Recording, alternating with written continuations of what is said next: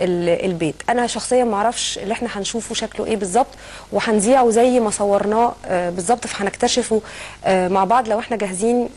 يا جماعه لو مش جاهزين قولوا لي. اهو دي عربيه دكتور حسام بدراوي الشخصيه. احنا ما نعرفش حتى الان دكتور حسام يعني قابل وائل فين، ووائل خرج منين تحديدا، والوقت اللي كان فيه تضارب حوالين خرج او ما خرجش، وايه اللي بيحصل له دلوقتي، هو كان فين. كل دي معلومات لسه ما هياش متاحه بالنسبه لنا. لكن ده تحت بيت وائل. في احنا مش سامعين الحوار طبعا اللي داير بينهم، مش عارفين. هو ما بينزلش بيطبطب على ايده دكتور حسام. يا حبيبي ما حدش يجي جنب الكاميرا يا جماعه.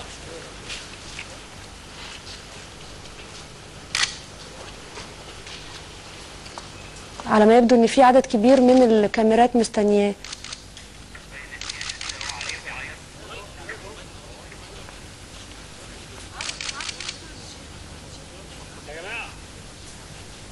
انا بحاول، انا ساكته بس بحاول نسمع، يعني نقدر نسمع الحوار داير حوالين ايه.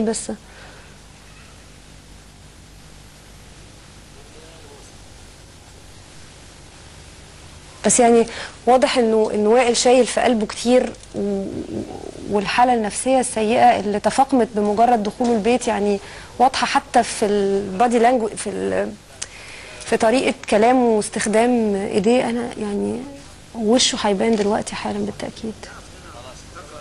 يا ترى بيعدد ايه؟ بيعدد اللي جراله؟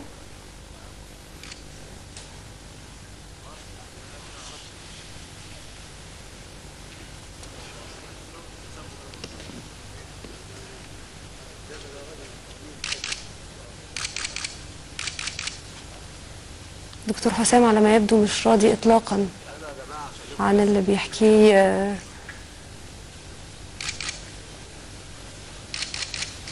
في تأثر شديد على وش الدكتور حسام بدراوي. يلا وائل معايا.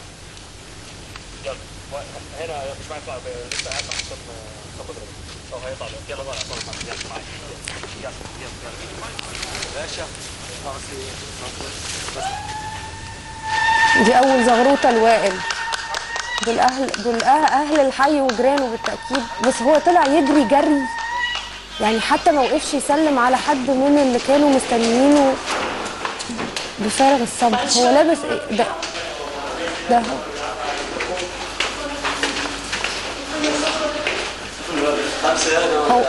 هو احنا ما شفناهوش طالع السلم. اللي كان طالع السلم ده مش هو كان اول واحد جري ودخل البيت وقفل الباب. انا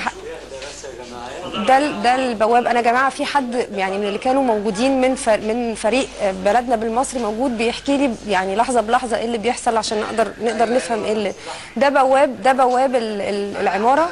بيحاول مين اللي دخل. يعني ده مش بيت وائل، ده بيت حد من عمامه او من خلانه يعني. طيب لانه بالظبط اللي حصل انه، وده كمان كان من ضمن التضارب في الاقوال اللي حصل، انه اتقال انه وائل هيخرج على ميدان التحرير، فبالتالي كانت النتيجه انه اهله خدوا بعضهم ونزلوا على ميدان التحرير يستنوه هناك. فبالتالي ساعه ما خرج ما كانش في حد في البيت مستنيه، فخرج على بيت حد من عمامه او خلانه. انا خالد هو دلوقتي يعني تعبان جدا جدا جدا جدا. طيب احنا حالا اللي قال دلوقتي انا خاله هنسمع حالا هو هيقول ايه. لكن على ما يبدو انه يعني ان وائل يعني جسمانيا سليم حتى الان، مش واضح انه في اي نوع من انواع الاصابات ولا حتى الخدوش. لكن على ما يبدو ان الاصابه الحقيقيه كانت في نفسيه وائل. هل هي الاهانه؟ هل هو الترويع النفسي؟ هل مش مصدق ان هو على وش الدنيا وانه حر طليق بعد الكام يوم دول؟ ايه اللي حصل لوائل؟ ازاي تم اعتقاله ولا اختطافه ولا هنسميه ايه؟ كل دي معلومات لسه ما هياش متاحة بالنسبة لنا. نرجو انه في اقرب وقت وائل يقدر يتماسك ويعرف هو الناس قد ايه مستنياه، وقد ايه هو بالنسبه لهم دلوقتي بقى رمز وبقى نموذج وبقى بطل، حتى لو ثبت انه ما هواش المؤسس جروب كلنا خالد سعيد، ولا هو المسؤول عن كل اللي بيحصل ده في مصر، لكن هو في النهايه بالتاكيد بعد كل اللي جراله هو دلوقتي بقى كمان مسؤول عن اللي جاي. فخلينا نسمع تصريح لأحد أقارب وائل غنيم، ربما يكون ربما هنسمع وائل غنيم شخصيا. طيب، تصريح حصري لقناة اون تي في. يلا اتفضل اعمل الاول. انا اسف. اتفضل. يلا يا رامي. اولا انا بعزي كل الناس يعني كل الناس المصريين اللي ماتوا، انا بعزيهم. مش قادر اقول انا بعتذر لهم، لان احنا قلنا ان احنا مش عايزين، ما كانش حد فينا بيكسر، احنا كلنا كنا نازلين مظاهرات سلميه وكان شعارنا ما تكسرش. عايز اقول تاني انه ارجوكم ما حدش يعمل مني بطل. انا مش بطل، انا بالعكس، انا واحد كان نايم 12 ساعه بس 12 يوم. انت الابطال هم اللي نزلوا في الشارع، ارجوكم سلطوا الكاميرا على الناس الصح. وعايز اقول الحمد لله بخير، وان شاء الله ان شاء الله ان شاء الله هنغير بلدنا. كل الزباله اللي كانت بتحصل في البلد دي لازم تنضف، وكلنا ايد واحده وهننضفها ان شاء الله. بس عايز ايه بص خد الكلمتين دول اكتبوا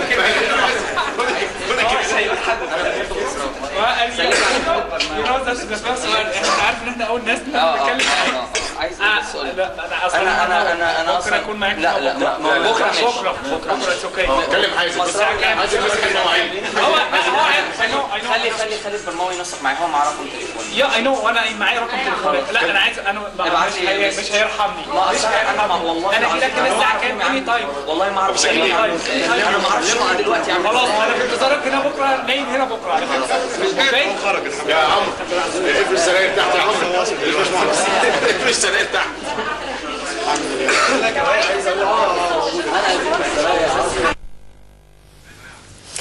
ألف حمد لله على سلامتك يا وائل، وربنا يكتر من أمثالك. حتى لو كنت نايم ال 12 يوم دول، الحمد لله إن أنت بخير وتماسك على قد ما تقدر. احنا معانا على التليفون دكتور حازم غنيم أخو وائل. مساء الخير يا دكتور. مساء النور، ازيك يا ريم، عامله ايه؟ الحمد لله، وألف حمد لله على سلامته، وربنا يا رب يطمنا جميعا عليه. احنا النهارده رجع لنا بجد والله العظيم البطل المصري. انتوا لو قد ايه شفتوا هو قال ايه، انتوا مش متخيلين الولد ده ازاي كده. والله انا اخوه، وانا مش عارف اعبر لك حتى عن فرحتي. والله ما عارف اتكلم. بالتأكيد لازم تكون فرحان وفخور، وكلنا ردت فينا الروح. بس فعلا انا دلوقتي ربنا العالم انا جوايا ايه. الحمد لله رب العالمين.